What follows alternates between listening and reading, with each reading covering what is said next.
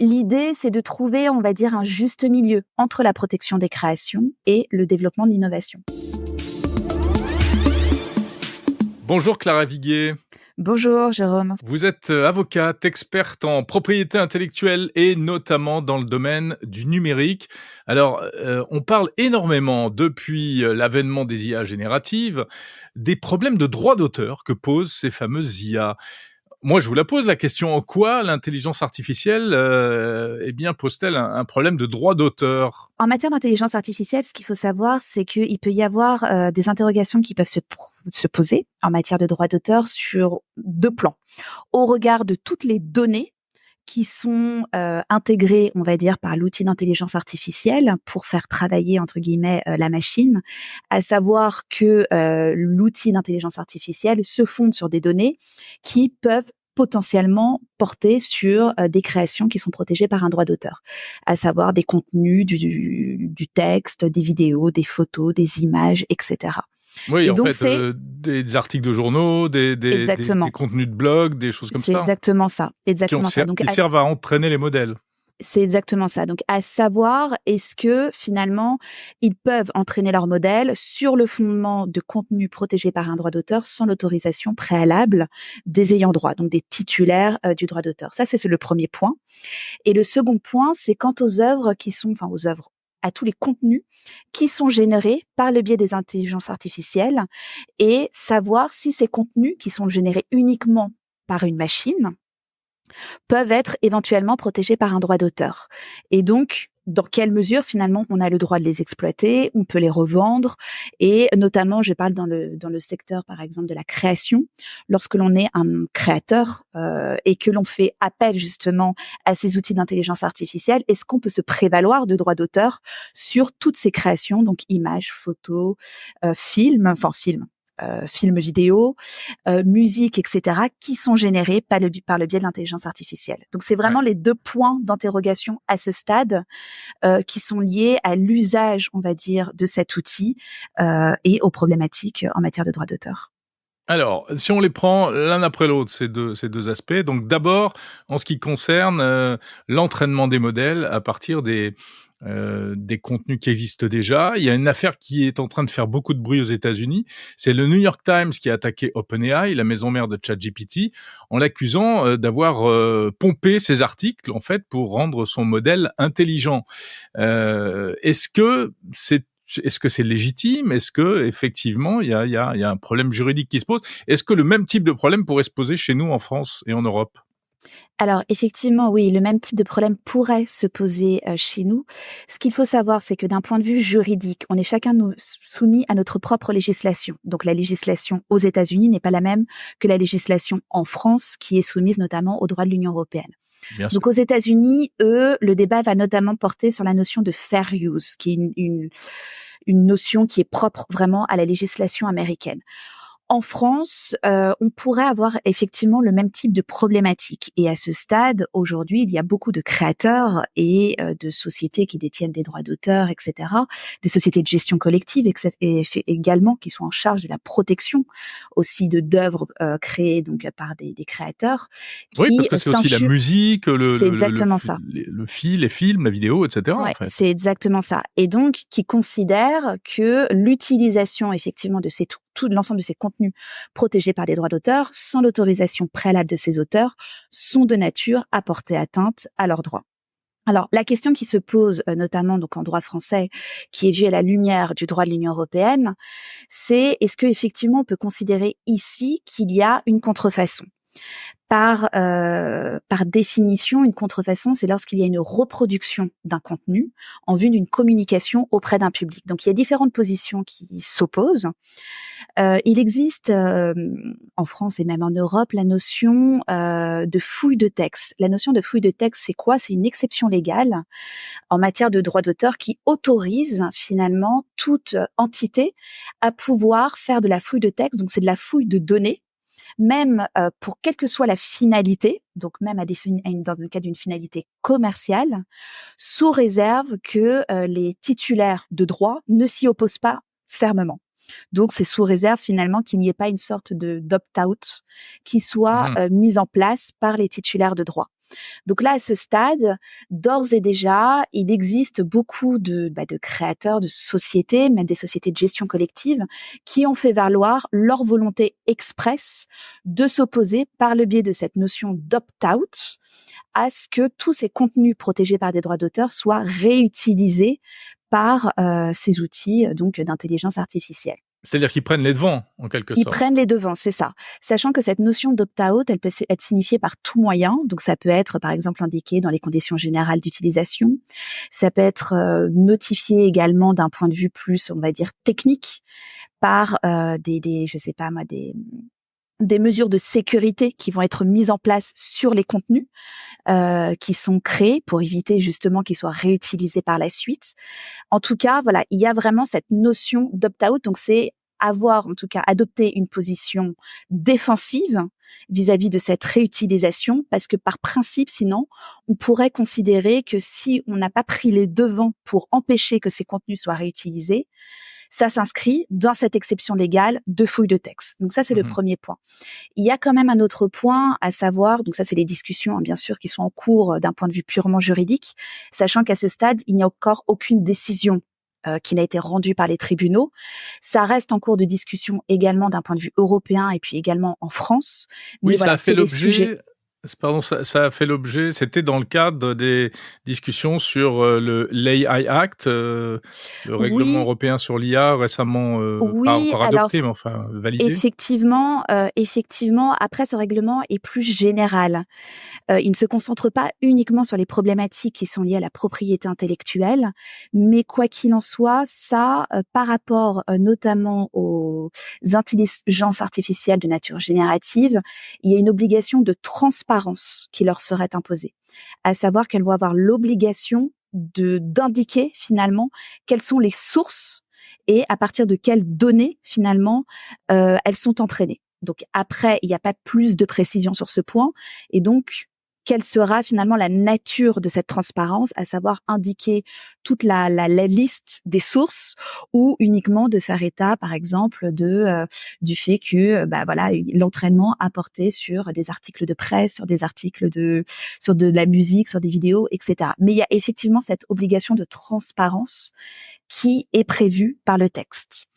On peut imaginer que les ayants droit, alors cherchent à protéger leur contenu par principe pour pas se faire piller, mais aussi parce que, il y a peut-être des perspectives de monétisation derrière. Oui.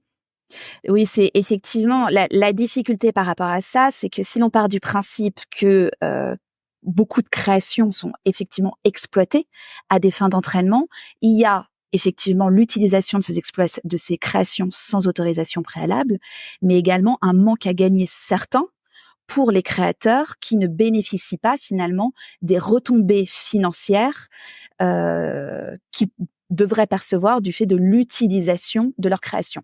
La difficulté par rapport à ça aussi, c'est comment monétiser finalement. Et ça, je sais qu'il y a beaucoup de discussions qui sont en cours pour, en pratique, pouvoir permettre une monétisation équitable, une monétisation juste, et savoir finalement comment le calculer et comment le mettre en place. À l'inverse, si les modèles d'intelligence artificielle ne peuvent pas accéder à toute cette richesse de contenu qui existe aujourd'hui, du coup, ça va les affaiblir, ils seront moins performants. Et j'irai plus loin, c'est une petite musique qu'on entend depuis de longues années, en fait, hein, même avant l'arrivée des IA génératives, mais depuis l'économie du numérique. Le droit d'auteur est à la fois protecteur et en même temps, c'est un peu un handicap pour le développement économique du numérique, dans bien des domaines. C'est effectivement cela. Après, l'idée, c'est de trouver, on va dire, un juste milieu entre l'innovation, le développement de ces outils, de cette innovation qui est immense et qui est très bénéfique, hein, bien entendu, pour tous, hein, parce que même de nombreux créateurs utilisent ces outils, et voilà, ça participe, on va dire, à la croissance commune. À côté de ça, c'est trouver donc effectivement ce juste équilibre entre la protection des créations et le développement de l'innovation. Je sais qu'au niveau de l'IA Act, c'est quelque chose justement qui est mis en balance. En France, il y a une proposition qui a été de loi qui porte justement sur l'intelligence artificielle, mais qui vise plutôt à renforcer les droits de propriété intellectuelle par rapport à ce point. Donc après, voilà, c'est tout est sujet de débat pour essayer de voir comment mettre cela en place. Sachant sachant que à ce stade, il n'y a pas non plus un vide juridique, il y a un arsenal juridique qui existe Mmh. et que l'on peut mettre en place et qu'il s'agit bien entendu d'adapter à la lumière de l'ensemble de ces innovations. Mais on est quand même qu'au début de l'histoire. On n'est qu'au début de l'histoire. Après, voilà, moi je le vois d'un point de vue doctrinal, donc à la lumière de nos réflexions entre praticiens d'un point de vue juridique, dans la mesure où encore aucun tribunal ne s'est prononcé. Et en fait, on transpose finalement ce qui a pu être envisagé avec d'autres innovations telles que le développement d'internet à l'époque, le développement des plateformes de streaming, etc. Typiquement, il y a une piste de réflexion qui est en cours de réflexion et qui me paraît tout à fait intéressante aussi. C'est à savoir donc est-ce que l'on rentre dans le champ de la contrefaçon? Typiquement, pour qu'il y ait une contrefaçon dès lors que l'on exploite des créations, il faut qu'il y ait une reproduction à des fins de communication au public. Et ça, à cet effet, par exemple, la Cour de justice de l'Union européenne s'était prononcée sur la reprise de samples, donc notamment de musique, aux fins d'être samplées pour créer de nouvelles musiques. Donc Mmh. l'idée, ce n'est pas parce que des choses sont déjà protégées qu'on ne peut pas les réexploiter, les réutiliser pour développer de nouvelles créations, de nouveaux outils, etc. Et là, en l'espèce, donc on partait d'une musique préexistante pour la sampler, mais d'une telle manière que la nouvelle musique qui finalement était réalisée ne ressemblait plus en aucun point aux musiques précédentes. Et là, en l'espèce, la Cour de justice, qui est quand même on va dire le tribunal au top du top, a considéré que en l'espèce, il n'y avait pas de contrefaçon parce que les différences étaient telles que entre les créations premières et la création finale, finalement, il n'y avait plus aucune ressemblance. Donc D'accord. là, c'est quelque chose aussi qui pourrait être envisagé, à considérer que peut-être qu'il y a une exploitation de créations protégées par des droits d'auteur éventuellement, mais que in fine, elles sont tellement on va dire manipulées, elles sont tellement exploitées, etc., que finalement, les créations qui sont générées par la suite ne sont que on va dire des parties infirmes des créations premières, et Ouais. donc qu'il n'y a pas une simple reproduction en vue d'une communication, et donc ça ne s'inscrit pas nécessairement dans une contrefaçon. Ce serait pas une très bonne nouvelle pour les ayants droit, ça? Ça fait partie des pistes de réflexion, effectivement. D'accord, ouais. Et puis encore une question là-dessus avant de voir le deuxième aspect, lié au enfin des droits d'auteur. Pour reparler de l'affaire entre New York Times et OpenAI, ce qui est intéressant, c'est qu'OpenAI récemment a contre-attaqué en accusant le New York Times d'avoir en fait fait une utilisation de ce moteur de recherche, inadéquate. En gros, ils ont fait des prompts tellement tarabiscotés qui sont arrivés aux résultats qu'ils espéraient, qui prouveraient que les contenus du New York Times ont été pillés. Mais OpenAI se défend en disant que personne n'utilise le moteur de recherche comme ça et que c'est même interdit par la plateforme. Parce qu'il faut rappeler que la difficulté de ces outils aussi, c'est qu'ils n'indiquent jamais leurs sources. Donc là, est-ce qu'on n'est pas face à un mur, en fait? La difficulté, c'est justement d'imposer cette transparence. Donc ça, c'est ce qui est souhaité par l'IA Act, notamment.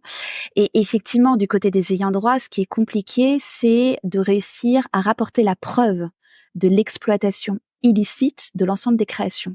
Oui. Après, je sais qu'il y a des outils qui sont à disposition qui permettent aussi de pouvoir identifier si finalement certaines créations ont déjà été exploitées par des intelligences artificielles, et je pense qu'à terme, on va pouvoir justement réussir à démontrer ces éléments-là. Mais c'est vrai que la difficulté, c'est que lorsque l'on agit en contrefaçon, il faut être à même de rapporter la preuve de ce que l'on allègue. Et on peut pas uniquement se fonder sur des présomptions. Et donc, il faut être à même de démontrer que, là, effectivement, dans ce cas précis, par exemple pour OpenAI, que OpenAI a effectivement entraîné sa machine sur des articles du New York Times, etc. Donc, c'est vraiment de démontrer de la réalité de cette exploitation. Alors, deuxième aspect, Clara Viguier, de ce problème de droit d'auteur avec l'intelligence artificielle, c'est donc la création. Si, par exemple, je suis un artiste et j'utilise Midjourney ou Dall-E pour faire des œuvres, on va dire plutôt des images, mais on peut le faire aussi avec des textes, mais qu'en même temps, j'imprime ma propre patte de créateur, finalement que j'utilise l'IA comme un outil, même comme un pinceau ou autre chose, est-ce que je peux protéger ces œuvres pour éviter qu'on me les pique, en fait? Alors, en matière de droit français, et puis même en matière de droit français, en droit d'auteur, les œuvres ne font pas l'objet de dépôt. Donc, par définition, elles sont protégées à compter de leur divulgation sur un support tangible, sous réserve d'être originales. Cette notion d'originalité, c'est la notion essentielle en matière de droit d'auteur. Ça veut dire qu'il ne suffit pas de réaliser du contenu pour qu'il soit nécessairement protégé. Et il faut être à même de démontrer que on a effectué des choix créatifs qui nous sont propres, qui témoignent finalement de notre vision et de démontrer que cette œuvre porte l'empreinte de la personnalité de son auteur. D'accord. Ça, sur ce point-là, il y a énormément de décisions sur ce point et qui viennent vraiment à dire que seul l'auteur doit justifier de l'ensemble de ses choix créatifs. Donc la question qui s'est posée en matière d'intelligence artificielle, ça n'a pas encore été jugé en France, mais ça a été jugé à ce stade aux États-Unis par plusieurs décisions et en Chine. C'est que, alors aux États-Unis, typiquement, ils ont refusé de considérer qu'une œuvre qui avait été uniquement générée par de l'intelligence artificielle était protégée par un droit d'auteur. Pourquoi ? Parce que, alors même que les prompts qui étaient réalisés par l'auteur ou l'utilisateur allaient à un détail tel qu'ils étaient extrêmement définis, etc., finalement, la création qui était générée par l'intelligence artificielle n'était que le fruit du hasard. Enfin, le réalisé Oui, on grâce au s'entend, prompt, d'un hasard mais informatique, quoi. finalement, cette création n'avait aucun lien direct, on va dire, avec les choix créatifs propres à l'auteur. Et donc, la création qui était issue par cette intelligence artificielle, qui était générée par cette intelligence artificielle, de facto ne pouvait pas être protégée par un droit d'auteur. En Chine, il y a eu une décision contraire, qui a été établie à la lumière de la législation chinoise, mais qui a admis qu'une œuvre générée par intelligence artificielle était protégée par un droit d'auteur. En France, à la lumière de la jurisprudence actuelle et de notre vision du droit d'auteur, en fait, la position pourrait être la suivante, sachant qu'à ce stade, aucune décision encore n'a été jugée en France, c'est que finalement, soit on voit l'intelligence artificielle comme un simple outil qui permet aux créateurs de créer du contenu, c'est-à-dire qu'ils génèrent des images, qu'ils retravaillent par eux-mêmes par la suite, qu'ils apportent des éléments esthétiques complémentaires. Et donc, dans ce cas-là, tout le travail qui va être réalisé par l'auteur, en utilisant l'outil d'IA, l'IA comme un simple outil, de la même manière qu'une caméra, qu'un appareil photo, etc. Là, à la lumière finalement de toutes les démarches créatives entreprises par l'auteur, la création pourrait éventuellement être protégée par un droit d'auteur. En revanche, si le créateur génère uniquement des images, uniquement grâce à un prompt, mais qui ne retravaille pas par la suite ces images, là, les créations pourraient difficilement, à mon sens, être considérées comme protégées par un droit d'auteur. Donc ça, c'est quelque chose à avoir à l'esprit, notamment quand on est créateur, notamment lorsque c'est l'essence même de notre travail et que l'on revend par la suite nos créations, par exemple, à un client, de savoir que de facto, on a les créations que l'on vend à notre client, si jamais elles ont été uniquement générées par de l'IA et qu'on n'a pas réalisé de démarches complémentaires par la suite, ces créations ne sont pas protégées par un droit d'auteur. Donc ça veut dire que notre client, si un jour il est victime de contrefaçon, il ne pourra pas agir en contrefaçon, typiquement. D'accord. Donc On voilà. on voit qu'on est quand même sur le fil du rasoir. C'est ça, c'est effectivement ça. Donc après, typiquement, j'avais eu l'occasion d'en discuter avec des éditeurs qui travaillent beaucoup justement avec de l'intelligence artificielle et qui permettent de générer des images. Eux, ce qu'ils faisaient, c'est qu'ils mettaient en place finalement des données qui permettent à chaque utilisateur de justifier finalement des prompts réalisés, des choix créatifs entrepris pour, en cas de difficulté, de démontrer finalement quelle est la marge de manœuvre créatrice, qu'ils ont pu avoir lors de la réalisation de l'œuvre. Ouais, et on peut imaginer que peut-être un jour les juges, plus que d'analyser les images, analyseront les prompts en fait. Ils pourraient analyser les prompts. Après, ça va être vraiment le travail de l'auteur de démontrer en quoi ces prompts témoigne vraiment de ses efforts créatifs. Et encore, à la lumière vraiment de ce que les tribunaux américains ont pu dire, c'est ils jouaient vraiment sur cette notion de hasard, sur le fait que finalement, même si on a des prompts qui sont extrêmement précis et très détaillés et qui pourraient témoigner finalement d'une certaine empreinte créatrice, la création qui est générée in fine n'est pas le strict processus créatif de l'auteur, mais ne résulte que de la machine. Ouais. Donc après, voilà, c'est cette difficulté-là que l'on pourrait avoir en matière de droit d'auteur. Et on sait que, parfois, le même prompt envoyé plusieurs fois ne donne pas les mêmes résultats. C'est exactement, oui. Ouais. D'où justement cette notion de hasard où finalement il est difficile de tisser un lien finalement entre les choix créatifs, les choix de l'auteur et le résultat final qui est issu de la machine. Clara, qu'est-ce qu'il faut faire avant de se lancer dans de la création par intelligence artificielle? Est-ce qu'il y a des précautions à prendre, du coup? Oui, je pense qu'il y a alors deux types de précautions. La première, c'est déjà étudier. Alors, je sais que c'est peut-être un petit peu fastidieux pour certains, mais au moins de prendre connaissance des conditions générales d'utilisation ou conditions générales de vente des outils que l'on utilise, et notamment pour savoir finalement qui détient la propriété des contenus qui sont générés, à savoir si c'est l'utilisateur ou si ces contenus demeurent la stricte propriété finalement des éditeurs qui proposent ces outils d'IA. Et également, Ah oui, c'est-à-dire que si je crée une image avec, DALL-E, en fait, c'est pas forcément moi qui vais en avoir les droits, ça oui, va et puis être, savoir également dans OpenAI. quelle mesure on a le droit de l'exploiter. Est-ce qu'on a le droit de l'exploiter à des fins commerciales, ou est-ce qu'on peut uniquement l'exploiter dans un cadre privé, etc. Donc c'est pas pour savoir un peu voilà Tout à pour fait. quelle finalité on aurait le droit d'utiliser ces contenus. Et le deuxième point également, c'est peut-être d'utiliser à ce stade, compte tenu notamment de ce flou juridique, et pour éviter et pallier, on va dire, toute difficulté, d'utiliser à ce stade des outils où l'on sait, enfin, pour lesquels on sait dès à présent qu'ils sont entraînés de manière, d'un point de vue purement juridique, de manière licite. Donc, c'est-à-dire qu'ils sont entraînés avec toutes les autorisations requises de la part des ayants droit. Et donc, de facto, on sait qu'il n'y a pas de risque de contrefaçon par la suite. Parce qu'il y a un point qui est extrêmement important lorsqu'on est créateur, et notamment lorsque l'on crée du contenu pour des clients, c'est que il y a des garanties quand même. On s'engage à certaines garanties vis-à-vis de notre client, et notamment à ne pas porter atteinte à des droits lorsque l'on réalise un certain contenu. Et donc, si l'on utilise des outils d'IA pour lesquels éventuellement à l'avenir, il pourrait y avoir un risque de contrefaçon parce qu'elles sont entraînées sur des œuvres pour lesquelles elles n'avaient pas l'autorisation, et qu'on venait à dire que ça s'inscrit dans un acte, enfin, dans de la contrefaçon, dans ce cas-là, tous les utilisateurs, par la suite, également, se seraient fondés sur des outils qui, par nature, ne portent pas atteinte à des droits de tiers, etc. Donc, le mieux à ce stade, pour vraiment s'épargner toute difficulté, c'est de faire usage, en tout cas, d'outils qui reposent sur des données dont on sait que, en tout cas, elles ont été exploitées de manière licite et avec toutes les autorisations requises de la part des ayants droit.